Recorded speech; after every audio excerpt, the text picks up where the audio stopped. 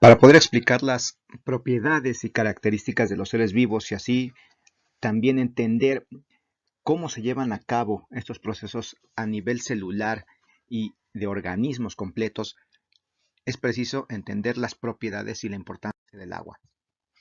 Primero que nada, ¿cómo debemos llamar este compuesto de fórmula química H2O?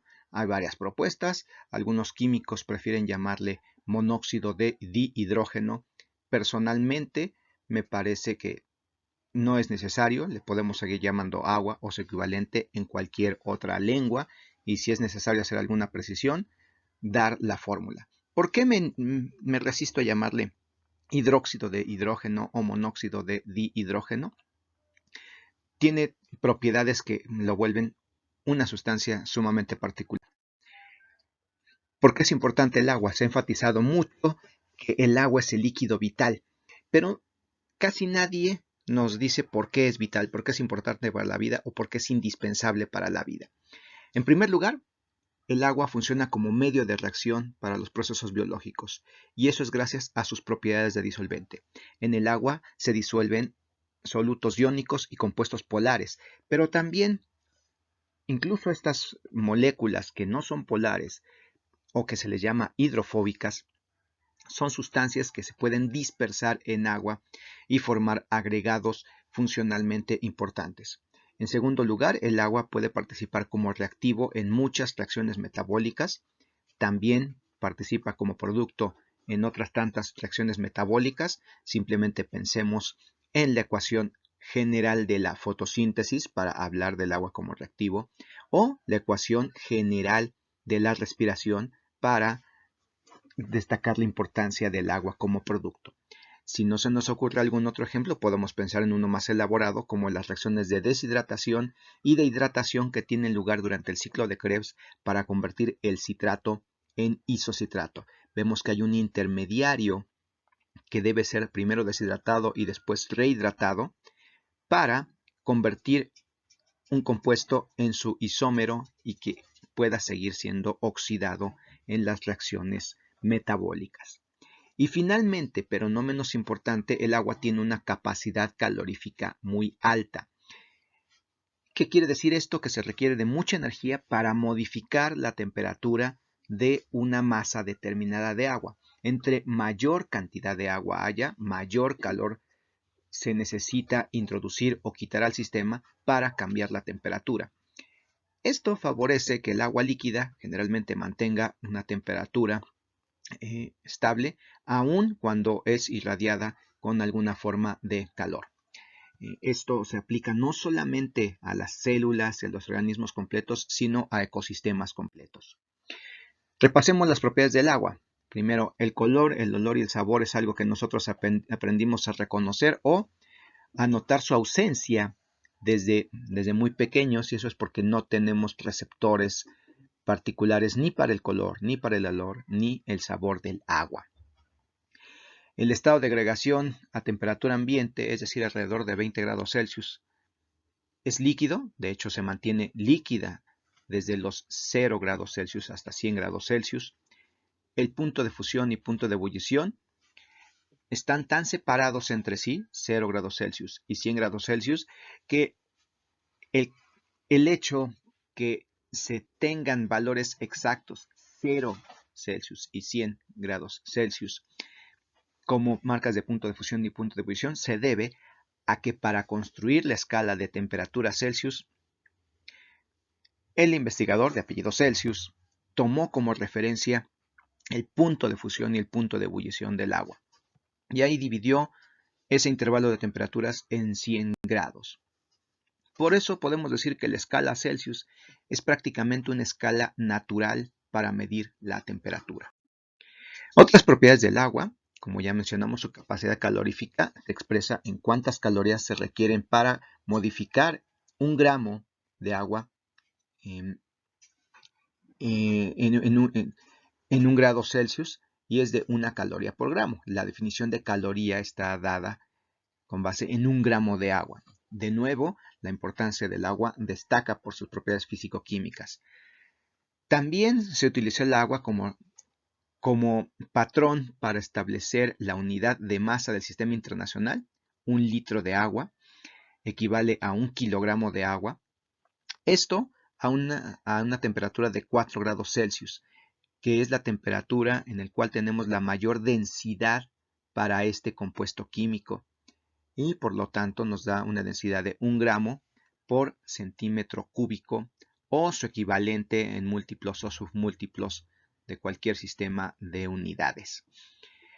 La densidad va a cambiar con respecto a la temperatura, ¿sí? Al aumentar la temperatura, el agua se expande, es decir, aumenta el volumen y por lo tanto disminuye la densidad, pero también al bajar la temperatura por debajo de los 4 grados Celsius, la densidad disminuye porque el volumen también se expande. La viscosidad del agua es una propiedad que varía con respecto a la temperatura y esta propiedad la podemos definir de varias maneras. Una forma muy coloquial y operativa de definir la viscosidad es la resistencia al flujo cortante, es decir, la dificultad para que este líquido escurra sobre una superficie. También se puede medir simplemente apreciando qué tanta fuerza se necesita para separar una gota de agua y romperla.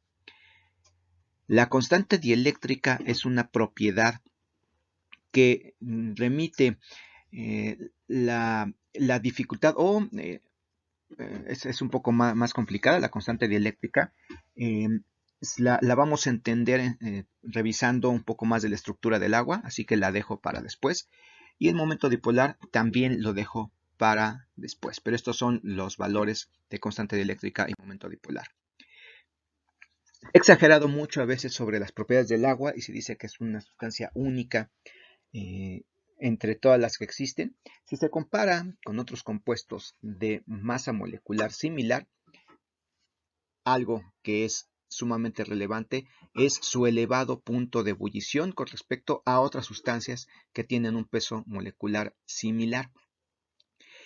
Esto quiere decir que se necesita mucha energía para romper las fuerzas de atracción intermolecular del agua líquida para convertirla en vapor. Y a comparación de otros compuestos, entonces la fuerza con la que se atraen las moléculas de agua entre sí es mayor que la de otros compuestos similares. ¿Esto a qué se debe? Pues en primer lugar se debe a la estructura que adoptan las moléculas de agua. Vemos aquí la representación de una molécula de agua, ya no de una forma bidimensional, sino tratando de imaginar la forma tridimensional de las moléculas de agua.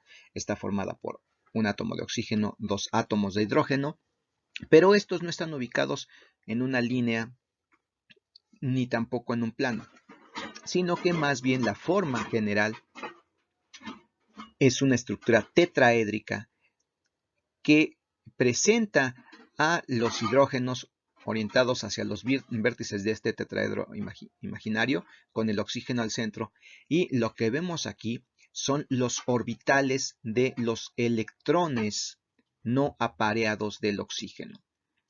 Dado que estas nubes contienen cada una un par de electrón no apareados, hay una repulsión que está forzando la estructura del agua a una forma tetraédrica.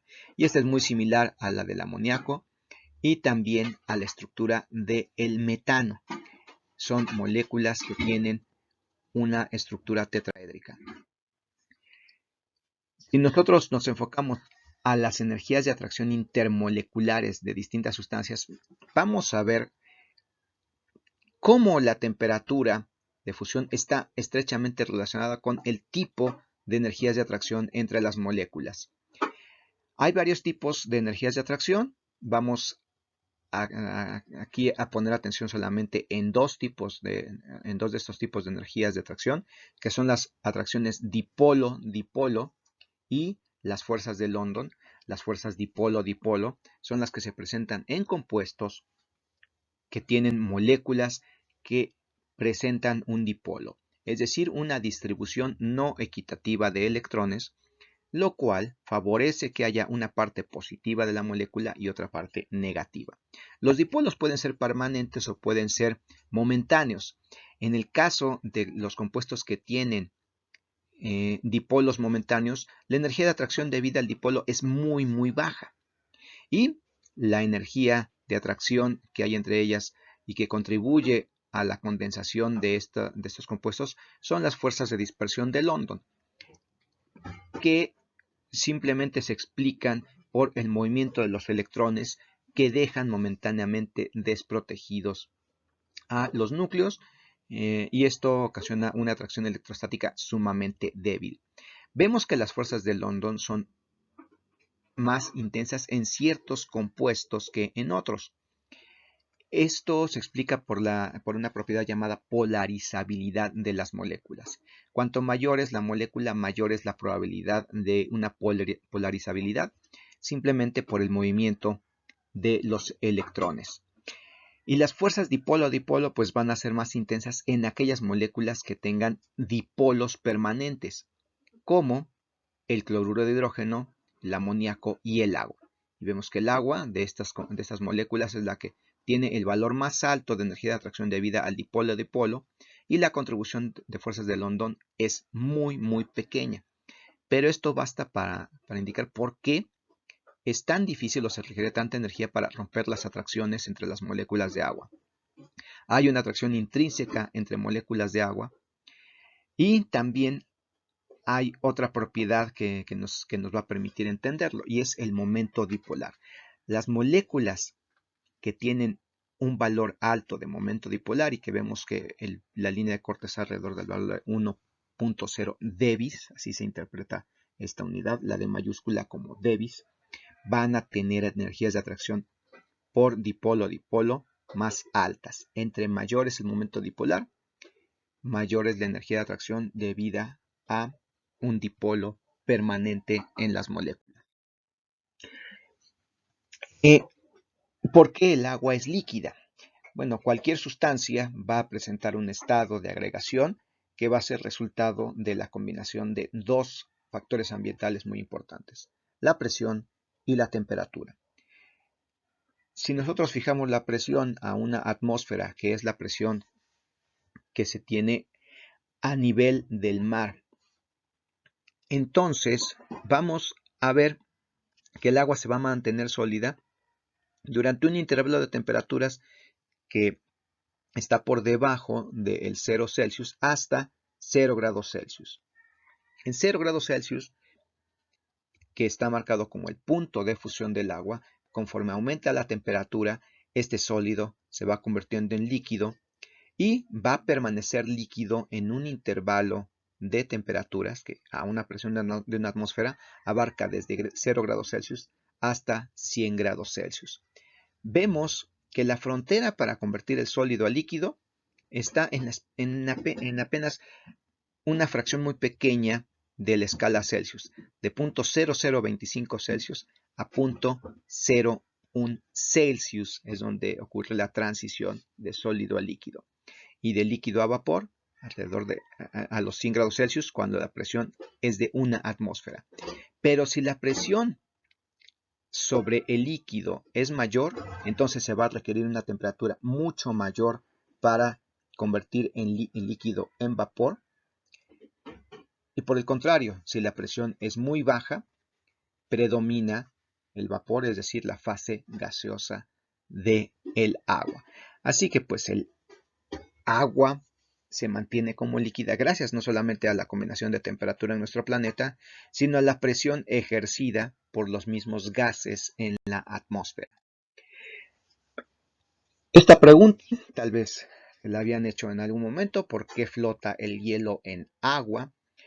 Y la respuesta pues ya se intuye fácilmente a partir de los datos que ya he presentado. Hay una diferencia de densidades. El agua a 4 grados Celsius es líquida, el agua a 0 grados Celsius es sólida, y en ese intervalo de temperaturas el agua es menos densa a 0 grados Celsius. Entonces, dado que tiene menor densidad, por eso flota el hielo en agua. Sin embargo, las diferencias de densidad no es lo único que va a explicar por qué hay ciertas sustancias que flotan en agua. La densidad varía con respecto a la temperatura, por supuesto, y esta densidad también va a estar relacionada con lo que se llama peso específico. Como he estado insistiendo, el agua es tan especial que mantiene estas propiedades y se tomó como referencia para medir otras propiedades.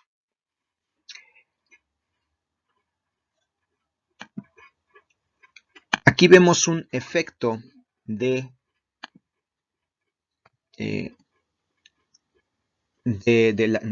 la película del agua al afectar la tensión superficial. Aquí se está rompiendo la superficie del líquido con el primer contacto y el segundo contacto restablece la atracción entre moléculas de agua. La tensión superficial, que la podemos ver cuando un objeto pequeño y que distribuye su fuerza en una superficie amplia puede flotar sobre el agua. La definición de tensión superficial está escrita aquí, una cantidad de fuerza necesaria para expandir la superficie de un líquido en una unidad. Vemos que las unidades para cantidad de fuerza es newtons multiplicados por metro, pero es para expandir una superficie medida en metros cuadrados. La tensión superficial también va a depender de la temperatura, pero la temperatura ambiente vemos que tiene un valor muy alto. Y esto se explica por las mismas fuerzas de atracción entre las moléculas de agua. En el líquido, cada molécula de agua tiene interacción con las moléculas en todas las direcciones. Pero en la interfase entre líquido y aire ya hay una porción, hay una dirección preferencial donde ya no hay moléculas de agua. Entonces, la fuerza queda concentrada a las moléculas vecinas sobre el mismo plano y hacia abajo. Por lo tanto, se establece una dirección preferente, es un vector resultante de fuerza que tira hacia abajo y que sujeta con mayor fuerza a las moléculas entre sí. Simplemente porque hay la distribución de fuerzas ahora es desigual. Está orientada preferentemente hacia el interior del líquido. Esto crea una fuerza que es difícil de romper, pero que se puede romper añadiendo agentes tensoactivos. Las moléculas de agua tienen dipolos permanentes. Esto, como ya había mencionado, se debe a que hay pares de electrones no apareados y además a la diferencia de electronegatividad entre los átomos de oxígeno y los átomos de hidrógeno. El oxígeno es más electronegativo que los hidrógenos, lo cual crea una fuerza que atrae con la mayor parte del tiempo a los electrones hacia el oxígeno y deja a los átomos de hidrógeno con menor densidad electrónica. El momento dipolar es un vector resultante de hacia dónde está la fuerza de atracción de los electrones. Vemos que las moléculas de agua, al tener electrones no apareados y ser más electronegativo que los hidrógenos, tiene un momento dipolar orientado hacia el átomo de oxígeno. Y ese momento dipolar se mide en una escala que se calcula a partir de la fuerza de atracción orientada en el espacio y nos da un valor de 1.85 dBs. En el amoníaco, que tiene una estructura tetraédrica similar a la del agua, también hay un momento dipolar permanente. Es un poco menor porque el nitrógeno no es tan electronegativo como el oxígeno. En el tetracloruro de carbono, que es otra molécula con una estructura tetraédrica, vemos que el momento dipolar es 0, porque aquí el átomo central es de carbono, que tiene menor electronegatividad que los átomos de cloro que le rodean, pero como tiene átomos de cloro en todas las direcciones de sus enlaces posibles, todos estos vectores se anulan y el vector resultante es 0. Si solamente tenemos un sustituyente de cloro en esta molécula de clorometano, el momento dipolar tiene una magnitud igual a las moléculas de agua.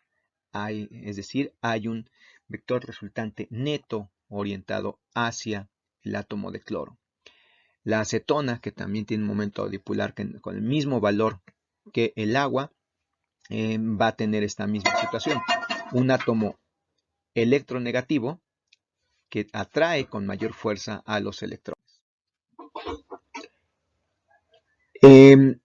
Entonces el momento dipolar se explica principalmente por la electronegatividad, que es una propiedad intrínseca de los átomos. El oxígeno entre las moléculas orgánicas es la molécula que tiene el mayor valor de electronegatividad, la mayor tendencia a atraer electrones. Y cualquier enlace con oxígeno va a atraer los electrones o va a provocar una mayor densidad electrónica alrededor del oxígeno que a cualquier otro de los átomos que forman biomoléculas. La representación tridimensional del agua y su momento dipolar, pues ya la podemos ver explicada aquí.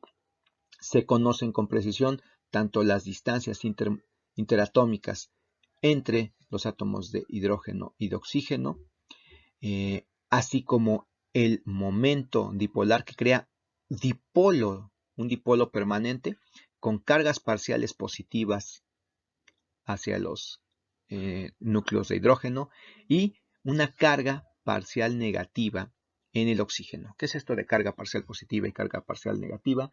Simplemente nos hacen referencia a la densidad electrónica alrededor de una parte de la molécula.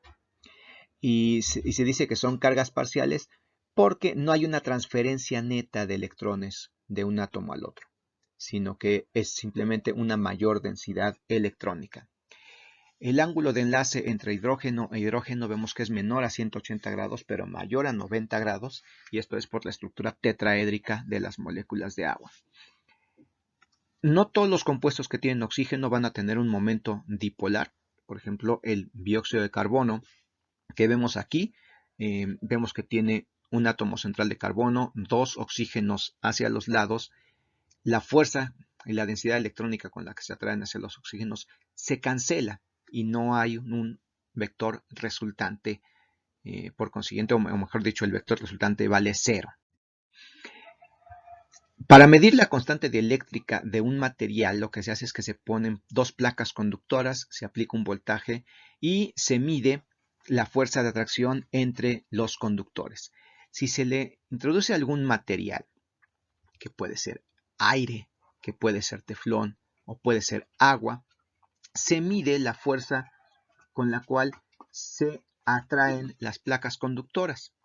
Y vemos que hay sustancias que disminuyen la atracción. Si solo es vacío, se establece un valor de 1 para la atracción entre las placas conductoras, pero cuando se introduce un material, se disminuye la atracción. Vemos que muchos compuestos, entre ellos el polietileno, que se utiliza en los plásticos, el dióxido de silicio, el papel, tienen valores pequeños de constante dieléctrica, pero el agua tiene un valor comparativamente sumamente alto. Eso quiere decir que disminuye muchísimo la atracción entre los conductores. Por supuesto, hay otras sustancias que tienen valores más altos y que se utilizan como aislantes eléctricos. ¿Qué quiere decir todo esto? Que el agua pura es un mal conductor de la electricidad. Por supuesto, esto está expresado como agua pura. Si en esa agua hay disueltas sales, entonces se va a favorecer una conducción eléctrica y el valor de constante eléctrica sería más pequeño. Es importante entonces entender que esto se explica dentro de un contexto más grande, que es el de las fuerzas de atracción entre los átomos y entre las moléculas. Las fuerzas de unión entre los átomos constituyen lo que le llamamos enlaces, y hay distintos tipos de enlaces. Los enlaces covalentes se forman cuando entre los átomos se comparten electrones y se forma una fuerza de atracción direccional entre los átomos.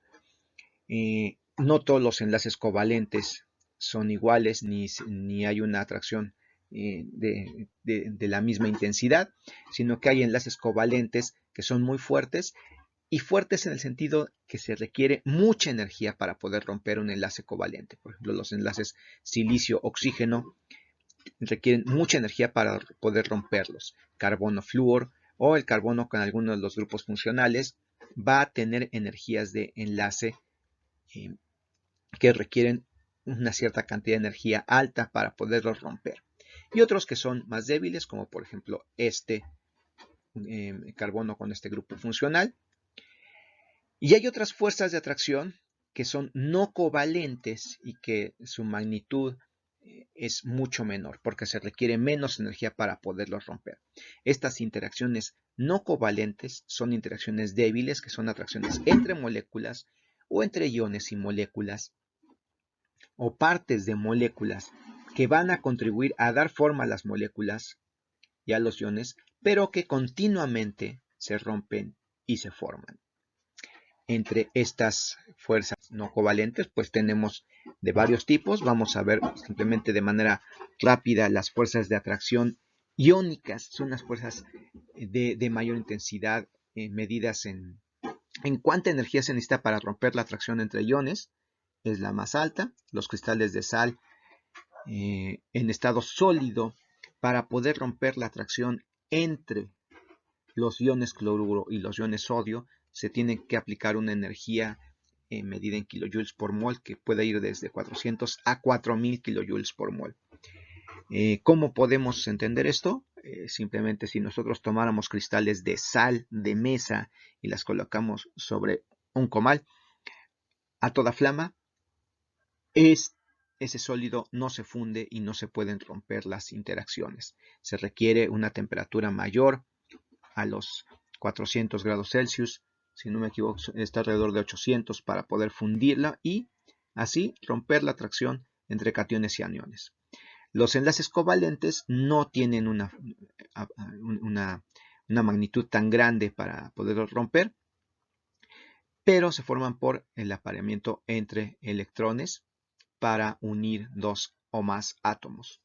El enlace metálico es especial de los elementos metálicos de la tabla periódica, y ahí tenemos cationes que tienen electrones deslocalizados que mantienen unido todo esto como en una red. Este tipo de enlace no es de los menos mencionados en biología. Hablando de las interacciones intermoleculares, es decir, aquellos en los que no se comparten electrones y no hay transferencia neta de electrones, son las fuerzas de atracción entre partículas que pueden ser iones, átomos y moléculas. Y aquí vemos desde los más fuertes a los menos fuertes. Las atracciones ion-dipolo son las que se presentan entre un ion, por ejemplo el ion sodio y moléculas de agua. Para romperlas se necesita entre 400 a 600 kilojoules por mol, es decir, si se necesita una energía considerable. Por eso es tan difícil desalar el agua de mar, porque hay una interacción entre los iones y las moléculas de agua. Los puentes de hidrógeno son estas energías de atracción entre dipolos permanentes, pero en las cuales vamos a tener que interviene un átomo de hidrógeno y un átomo muy electronegativo en una molécula. Este átomo de alta electronegatividad puede ser nitrógeno, oxígeno o flúor unido a un hidrógeno. Esto va a generar un dipolo permanente que va a funcionar como donador para puente de hidrógeno y debe participar una segunda molécula que tenga una carga parcial negativa que ejerce una atracción sobre el hidrógeno, y esto es lo que mantiene unidas las moléculas dipolares. El ejemplo más representativo y el más importante en biología es la atracción entre moléculas de agua, pero hay que señalar que esta atracción es direccional. Deben estar orientadas las moléculas para que esta atracción sea efectiva. Si el ángulo en el que se alinean las moléculas no es favorable, puede darse incluso una repulsión. Y Esto se rompe con facilidad, simplemente con pequeñas variaciones en temperatura, pero ya en una multitud, hablando de un gramo, 100 gramos o una tonelada de agua, la fuerza resultante es bastante grande y esto mantiene a la sustancia en estado líquido. De hecho, los puentes de hidrógeno son un tipo de atracciones dipolo-dipolo, en la cual los dipolos, al estar alineados, se atraen. De nuevo, puede ser suficientemente grande si se trata de muchas moléculas interactuando. Entre las fuerzas más débiles y que se les llama fuerzas de Van der Waals están los dipolos inducidos por la presencia de iones, y esta se presenta cuando una molécula que no tiene un dipolo permanente puede presentar un dipolo por la presencia de un ion, lo cual deforma la nube electrónica, altera la densidad electrónica alrededor de una molécula, y esto ocasiona una atracción que es momentánea, pero que explica la atracción entre iones y moléculas que no tienen un dipolo permanente. Entre dipolos puede haber una inducción de dipolo cuando se tiene una molécula con un dipolo permanente y otra molécula que no es polar, por este mismo efecto de deformación inducida por la molécula que sí tiene un dipolo permanente. Y las fuerzas de dispersión, que se deben a este movimiento de los electrones, y entonces se habla de moléculas altamente polarizables. Aquí, entre más grande sea la molécula, mayor es la polarizabilidad de esa molécula, simplemente debido al movimiento de electrones en toda la molécula. Aunque la magnitud es muy pequeña, es decir, se necesita muy poca energía para romper esa fuerza de atracción, si en este tipo de fuerza puede dar una adhesión, una fuerza de adhesión o fuerza de cohesión muy grande entre las moléculas, cuando estas moléculas son grandes y ofrecen una superficie de contacto muy amplia, donde ocurre una polarización que va a estar alternando a lo largo de distintas zonas de las moléculas. Ahora aquí lo que parece una pregunta muy obvia, ¿cómo sabemos si el agua moja? Que parecería algo sumamente obvio. Entonces les podría preguntar, ¿qué pasa con un pingüino en la Antártida después de salir del agua? Cualquier persona que haya salido en una alberca, incluso en un día soleado, sentirá el efecto del viento, incluso a esa temperatura, y nos enfriamos. Eso es porque el agua sobre nuestra piel sí nos moja, en cambio en los pingüinos sobre las plumas el agua no moja. ¿Y esto a qué se debe? No solamente a las propiedades del agua, sino a las propiedades de la superficie sobre la cual está haciendo contacto. Si la superficie está formada por sustancias formadas por moléculas polares o netamente iónicas, entonces va a haber una fuerza de atracción entre moléculas de agua y hay un contacto más amplio entre la molécula de agua y la superficie. Y para retirar la molécula de agua, esta se resiste. Hay una mayor fuerza de adhesión entre la molécula de agua y la superficie hidrofílica. En cambio, hay otro tipo de materiales que se les llama hidrofóbicos, porque el agua no forma interacción con ellas. ¿Qué tipo de materiales tienen estas superficies hidrofóbicas? Aquellos que tienen un recubrimiento de compuestos no polares y que permite que las moléculas o las gotas de agua se puedan remover con facilidad sin quedar agua adherida a la superficie. Este es el caso de las plumas de las aves acuáticas. ¿Cómo se puede modificar la tensión superficial? Lo habíamos mencionado que hay agentes tensoactivos o se les llama también surfactantes a partir de la palabra en inglés. Y estos tipos de surfactantes o de agentes tensoactivos son sustancias formadas por moléculas anfifílicas o también llamadas anfipáticas.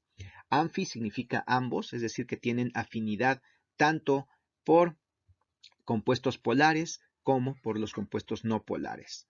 La parte que es afín a los compuestos polares se le llama la porción hidrofílica y que por lo tanto se puede mezclar o interactuar con el agua, y la porción hidrofóbica no interactúa con ellos. Pero dado que tiene una doble naturaleza y hay distintos tipos de tensoactivos, estos se pueden utilizar como sustancias que modifican la fuerza de atracción en una superficie de agua, y tienen gran uso como detergentes. De hecho, estos son los distintos tipos de detergentes, y que son relevantes en muchos contextos. Un ejemplo que presento aquí es el del surfactante pulmonar, que es un tipo de glicoproteína secretada por células de la pared de los alvéolos que afecta la tensión superficial a nivel de la película de agua que recubre a estos alvéolos. Esto tiene una gran relevancia porque evita que los alvéolos colapsen, dado que el fluido se atrae entre sí con una fuerza considerable, puede provocar que colapsen y que se cierren los alvéolos, dificultando el intercambio gaseoso y por lo tanto la respiración de la persona o animal que sufra un colapso por simplemente la tensión superficial de la película de líquido.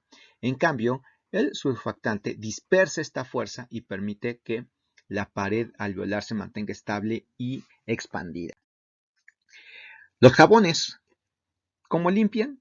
Pues son agentes tensoactivos cuya parte hidrofóbica interactúa con moléculas hidrofóbicas, pero que también las encierra formando micelas que va a tener las cabezas hidrofílicas expuestas hacia el agua, y esto va a permitir que en el ciclo de lavado, cuando se agregue el agua con detergente, el detergente atrapa las porciones de los compuestos hidrofóbicos, que son grasas, lo cual identificamos sencillamente como mugre, los atrapa en micelas y al enjuagar, estas micelas se remueven.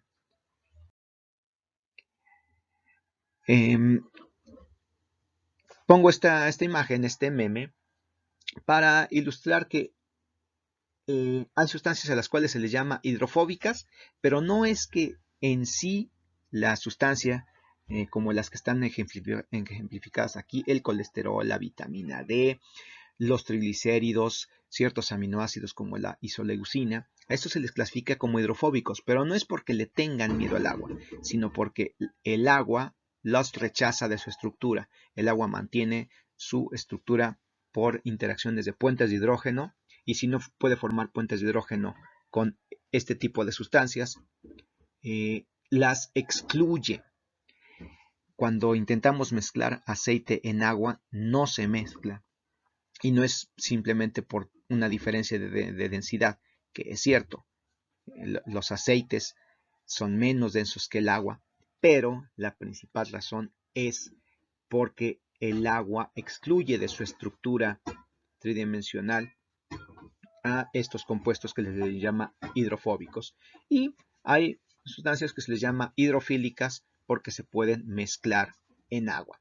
En este caso tenemos las sales y todos los compuestos iónicos, aminoácidos que tienen grupos polarizados o que están cargados eléctricamente, compuestos que tienen grupos funcionales hidroxilo, como el etanol, la glucosa y otros compuestos que tienen otros grupos funcionales polares, van a formar puentes de hidrógeno con el agua.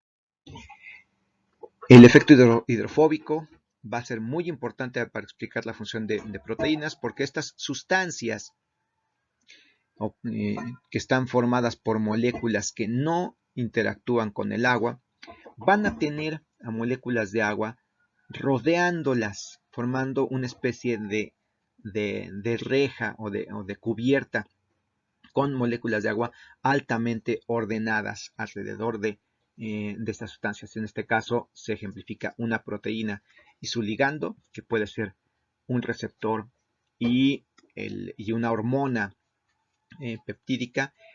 La interacción va a estar favorecida por un efecto termodinámico.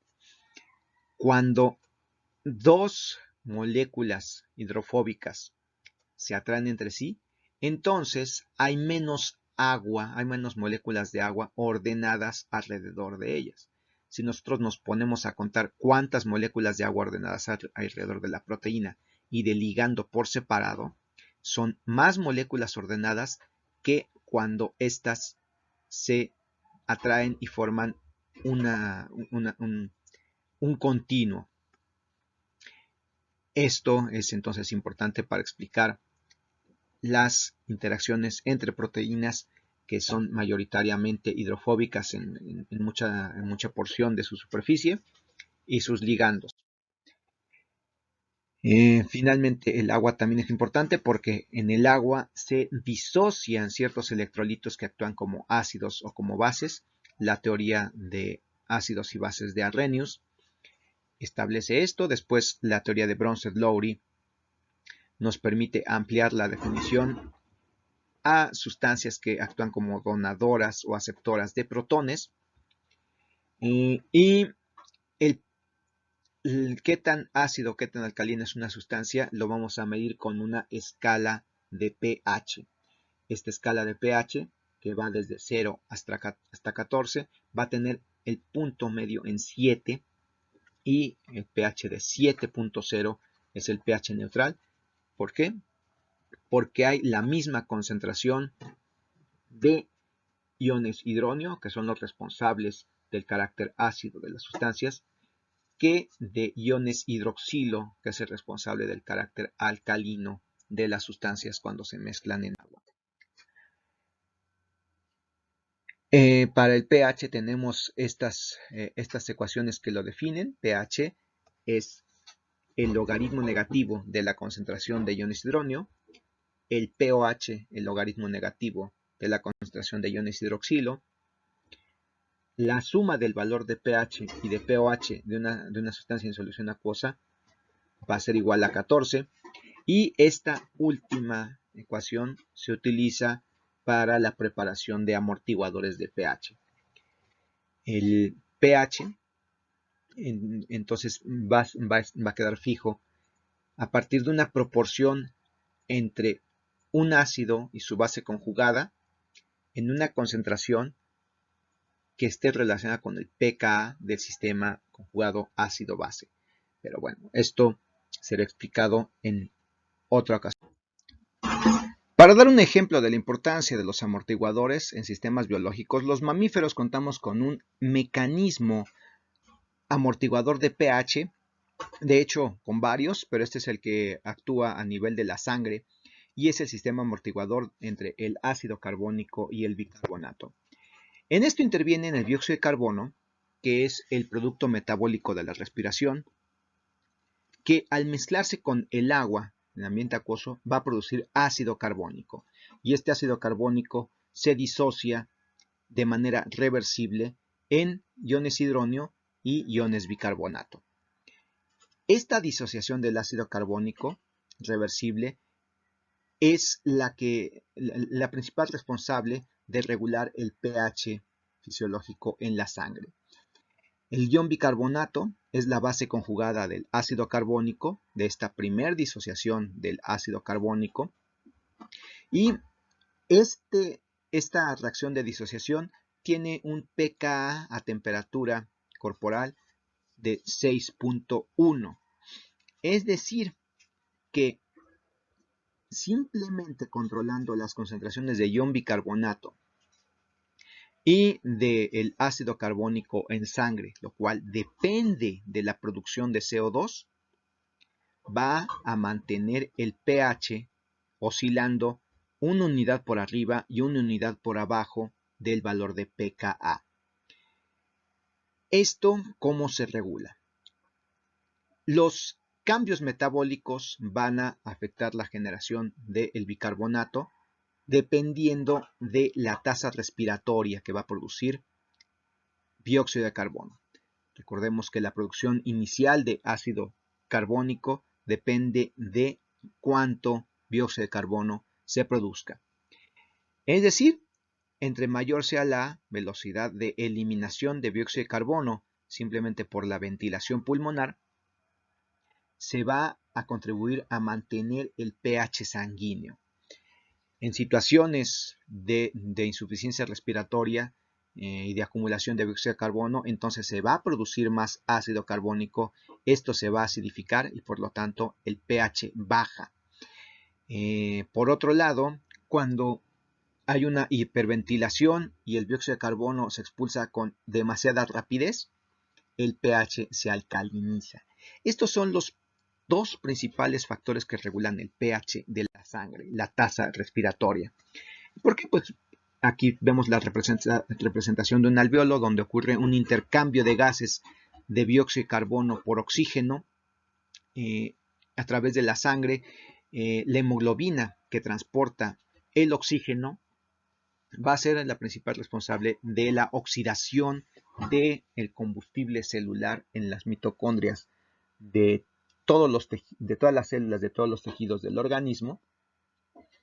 Y la tasa respiratoria también va a producir entonces CO2. Aquí en los pulmones es donde se remueve el exceso de CO2 y se incorpora oxígeno. En este sistema amortiguador no solamente intervienen los pulmones, sino que también hay una participación importante de los riñones que contribuyen al eliminar el exceso de ion bicarbonato. Esto lleva a que el dióxido de carbono sea el componente respiratorio del sistema amortiguador y el bicarbonato el componente metabólico, porque puede ser eliminado en la orina gracias a los riñones. El pH entonces se va a regular por el valor de la constante de disociación.